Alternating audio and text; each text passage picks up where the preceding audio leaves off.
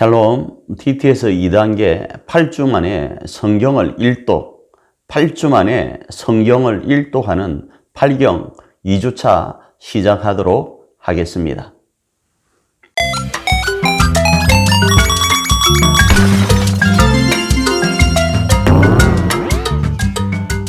지난주 우리는 성경을 읽을 때 두 가지 방법을 살펴보았죠. 하나는 성경을 숲으로 바라보자 이렇게 살펴보았고, 또 하나는 성경을 나무로 그렇게 바라보자 이렇게 말씀을 드렸습니다. 그리고 그 속에서 TTS 2단계인 성경 일독은 숲으로 바라보는데, 성경은 창조, 타락, 구속, 완성이라는 이 사이클을 가지고 계속 진행되는데, 또 다르게는 회복, 타락, 구속, 회복이라는 사이클로 진행되는데, 특별히 구약은 10단계로 나누어서 이해할 수 있다 이렇게 말씀을 드렸죠. 그래서 구약은 맨 처음 창조가 있습니다. 그 다음에 방주 사건이 등장하죠.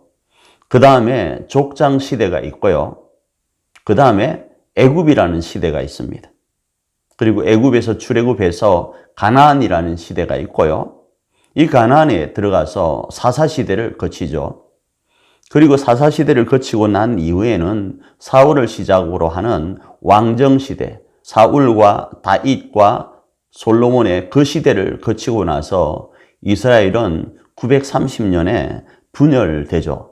그래서 북이스라엘과 남유다로 나뉘어 있다가 북이스라엘은 아수르에 의해서 722년에 멸망하고, 남유다는 바벨론에 의해서 587년에 멸망하게 되는데, 이때 멸망을 앞두고 이스라엘 백성들은 이렇게 바벨론으로 포로로 잡혀갑니다. 그리고 포로로 잡혀가고 난 이후에 성경의 예언처럼 70년 만에 기환하죠. 이렇게 구약은 10단계로 나눌 수 있습니다. 그리고 이 10단계와 신약의 5단계 사이에 중간기라는 약 400년의 기간이 있죠. 침묵기라고도 합니다. 그리고 난 이후에 신약은 예수님이 기원이시죠. 예수님은 역사의 기원이십니다. 그래서 예수님 이전과 예수님 이후로 나누어서 우리가 역사를 기록하는데, 그 기원이신 예수님이 등장을 하고, 예수님이 30년이라는 시간을 보내고 나서 3년이라는 공생의 기간 동안 활동했던 복음서가 등장을 합니다. 그리고 예수님께서 그 공생의 가운데 그리스도로서의 역할을 감당하는데, 그리스도는 죽으시고 부활하시고 성천하신 내용을 포함하게 됩니다. 그리고 교회 시대가 시작되는데, 성령의 임재하심을 통하여서 바울을 통하여, 베드로를 통하여, 사도들을 통하여, 복음 전도자를 통하여서 교회 시대가 열려지고, 그리고 이러한 교회 시대가 지금 오늘 우리에게까지 연결되어서 우리가 하나님의 이 복음을 맡아서 전하고 있는 거죠. 그리고 마지막 시대가 바로 마라나다, 아멘 주 예수여 오시옵소서라는 재림의 신앙이 기록된 것이 이 신약의 내용입니다. 이 부분을 지난주에 우리가 살펴보았죠. 오늘은 일주일 동안 살펴볼 내용 중에서 첫 번째로 신명기 13장부터 26장까지의 내용입니다. 이 내용은 모세가 이스라엘의 다음 세대들에게 두 번째 설교한 내용입니다. 그래서 12장부터 16장까지는 의식법령, 그리고 16장부터 20장까지는 시민법, 그리고 21장부터 26장까지는 사회법에 대한 내용을 대부분 다루고 있습니다. 그 중에 여러분이 좀 읽으면서 또 묵상할 부분이 있겠지만, 오늘 저는 6월절과 무교절에 대한 차이를 조금 설명하고, 오늘 우리가 읽을 13장과 26장을 설명하려고 합니다. 6월절을 지키라고 했을 때 6월절과 그리고 무교절을 지키라고 했을 때 무교절은 약간의 차이가 있습니다. 6월절은 매년 1월 10일입니다. 유대력으로요. 1월 10일 어린 양 중에서 숫것을 준비합니다. 1월 10일부터요. 그리고 14일 해가 질 때 보편적으로 예수님이 십자가에 돌아가신 것으로 하면 오후 3시에서 6시 정도로 생각할 수 있는데 14일 해 질 때에 잡습니다. 10일 준비했다가 14일 날 잡습니다. 그리고 피와 고기를 분리합니다. 피는 양을 잡은 집 문설주와 임방에 바르고요. 고기는 그날 밤에 불에 구워 먹되 무교병과 함께 쓴 나물과 함께 먹습니다. 먹는데 어떻게 먹는가 하면 바로 나갈 것처럼, 바로 이동이 가능한 것처럼, 마치 5분 대기조처럼 말이죠. 발에 신을 신고 지팡이를 잡고 집 안에서 급히 먹습니다. 바깥에서 먹는 것 아닙니다. 문 임방과 설주에 피가 발려 있는 그 집 안에서 급한 모습을 가지고 먹는 겁니다. 이것이 유월절입니다. 그리고 무교절은 누룩을 넣지 않는 빵을 먹는 기간인데 유월절 직후, 그러니까 이스라엘은 해가 뜨면 하루가 아니라 해가 지는 것이 하루의 시작이었는데 유월절 어린 양을 잡고 이제 해가 완전히 질 때 15일로 넘어가는 겁니다. 그 15일부터 21일까지 무교병을 먹는 겁니다. 그래서 첫날부터 집안에 누룩이 없도록 하기 위해서 대청소를 합니다. 무교절이 오기 전부터 엄청난 대청소를 하게 되죠. 그게 무교절과 유월절의 차이입니다. 두 번째로 신명기 27장부터 34장인데 이 내용은 모세가 다음 세대인 이스라엘 백성들에게 세 번째 설교하는 내용인데 설교의 내용에 등장하는 곳이 어느 곳인가 하면 이 설교에 등장하는 지명이 이 에발산과 그리심산, 비스가산과 느보산입니다. 이 비스가산과 느보산이 지금 모세가 거하고 있는 것으로 이해될 수 있고 에발산과 여기 있는 그리심산은 이스라엘 백성들이 나중에 가나안에 들어간 이후에 이곳에서 율법이 선포되도록 하기 위한 것으로 오늘 말씀을 하고 있죠.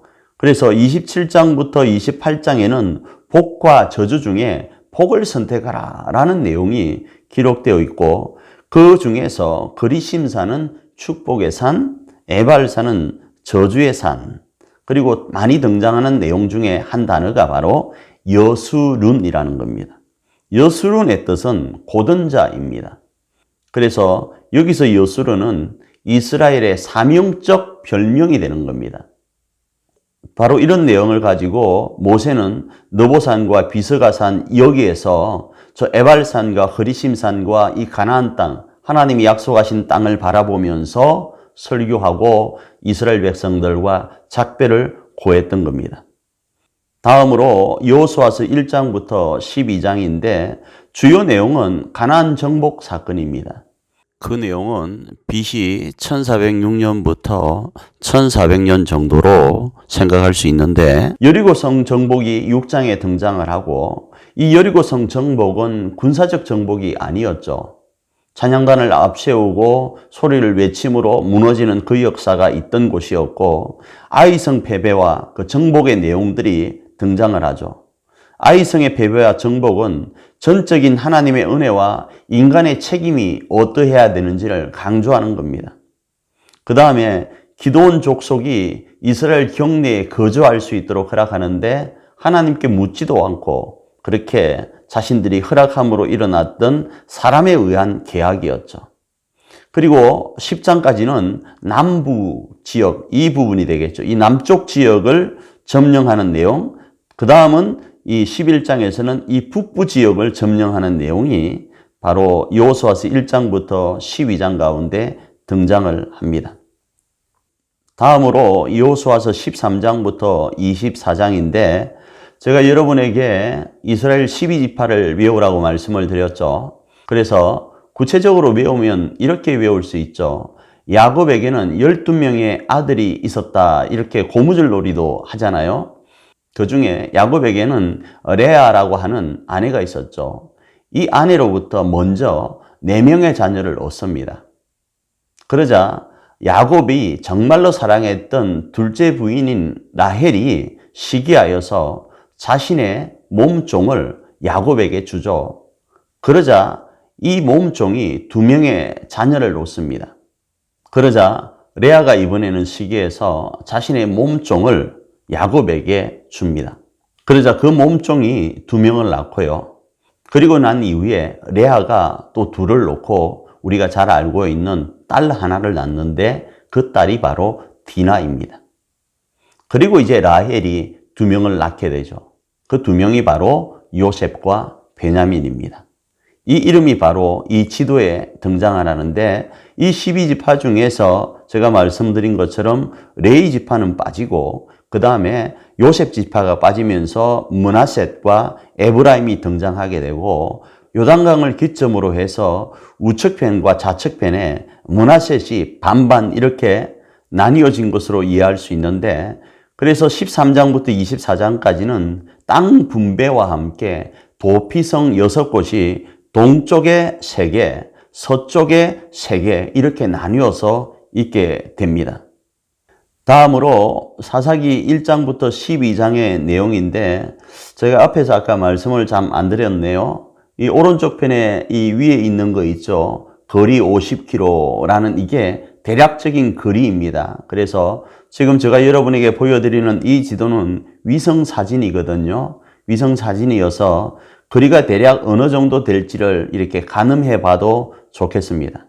그 중에 사사기에는 12사사가 등장하는데 사무엘을 포함시키지는 않았습니다.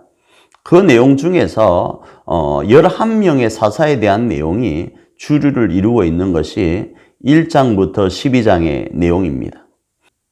그리고 나서 사사기 13장부터 21장까지는 삼손, 사사 삼손에 대한 내용이 쭉 나옵니다.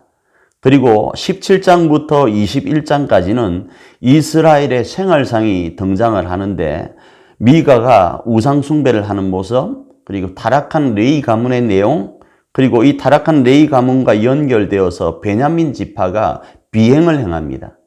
그리고 이 비행을 행한 이 베냐민 지파와 이스라엘이 전쟁이 일어납니다. 그리고 이 베냐민 지파가 멸절되다시피 할 때에 이 한 지파를 없앨 수 없는 이스라엘의 고뇌, 극에 대한 언론들이 21장까지 등장을 합니다. 다음으로 이 사사기 가운데 룻기가 있는데 룻기는 사사시대 안에서 일어났던 내용인데 왜 갑자기 룻기가 등장하는가 하면 이 사사기 안에서도 우리가 창조, 타락, 구속, 완성이라는 이 사이클 안에서 결론적으로 말하려고 하는 것은 오실 예수님에 대한 내용이거든요. 그래서 우리가 말하잖아요. 구약은 오실 예수님에 대해서, 그리고 신약은 오신 예수님에 대해서, 그리고 마지막 책인 성경 요한계시록은 다시 오실 마라나다 예수님에 대해서 이야기하는 것으로 보편적으로 이해한단 말이죠. 그 내용 중에 이 룻기는 보아스와 룻을 통해서 예수님이 등장할 가계도가 기록되어 있습니다. 그래서 룻기에 보면 룻은 이방 여인이지만 시어머니와 함께 이스라엘로 돌아와서 보아스와 결혼하는 것이 이 룻기의 내용이고 이 룻기를 통해서 오벳이, 이삭이, 다윗이 그리고 다윗의 후손으로 예수님이 오시는 내용이 기록되게 되는 겁니다. 다음으로 사무엘상 1장부터 8장까지의 내용은 사무엘에 대한 내용입니다. 그 사무엘에 대한 내용 중에서 한나와 사무엘, 우리가 아는 사무엘의 어머니가 되겠죠. 그 내용이 등장하고 엘리, 제사장 엘리와 사무엘의 내용, 그리고 백성이 사무엘에게 왕을 요구하는 내용이 등장하게 되죠. 그리고 사무엘이 사울을 왕으로 세우는 내용과 사무엘이 다윗을 만나서 진행되어 가는 과정들이 이 사무엘상 내용 가운데 등장을 하게 될 겁니다. 그리고 이 사무엘과 연결되어서 읽을 수 있는 것이 역대상하인데 그 역대상하는 이번에는 다루지 않습니다. 마지막으로 퀴즈 내고 마무리할까 합니다. 제가 강의 중에 이렇게 이야기한 게 있습니다. 구약은 땡땡 하실 예수님, 신약은 땡땡 하신 예수님 이렇게 말씀을 드렸죠. 그래서 땡땡 하실 예수님, 땡땡 하신 예수님의 그 땡땡에 해당하는 거, 그 내용을 이렇게 정답으로 제출해 주시면 추첨해서 여러분에게 8주가 지날 때 함께 시상하도록 하겠습니다. 수고하셨습니다.